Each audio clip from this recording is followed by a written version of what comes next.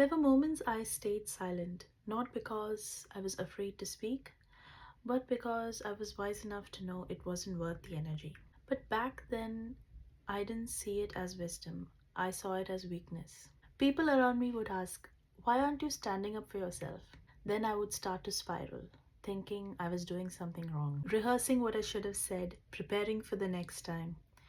It was exhausting, and it never gave me peace. Because the truth is, not every conversation deserves your energy. Sometimes silence is your higher self protecting your peace.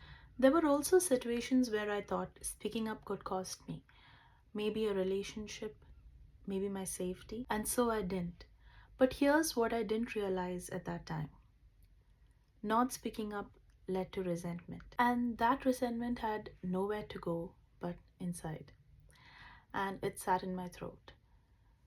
So now that I'm learning about the throat chakra, it's all making a lot of sense why I had throat issues for the longest time. See, I learned that my voice was not just a tool, it was a part of my health, my alignment, my wholeness. The cost of not speaking up was never just emotional, it was physical. Even when I did speak up, it didn't feel satisfying because I wasn't speaking from power, I was speaking from pressure. I would ruminate, rehearse,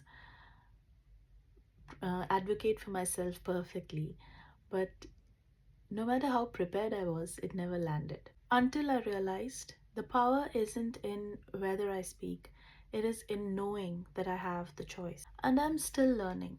Even now, when I speak, I want to do it calmly and not from a triggered place. I don't always succeed at that, but that's okay because healing is not a switch that I can just turn on and it's done.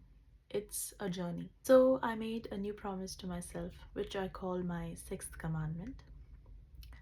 I promise to honor my voice, to use it boldly when I feel called, and to rest it without guilt when I choose, to speak from clarity, not chaos, to protect my peace without apology. My voice is my power, and so is my silence. This is episode 6 of my 10 Commandments series, where I share the promises I've made to myself to help me regain my confidence. Share this with someone who's ever felt silenced, judged, or invisible, so they too can know that they can honor their voice, spoken or silent.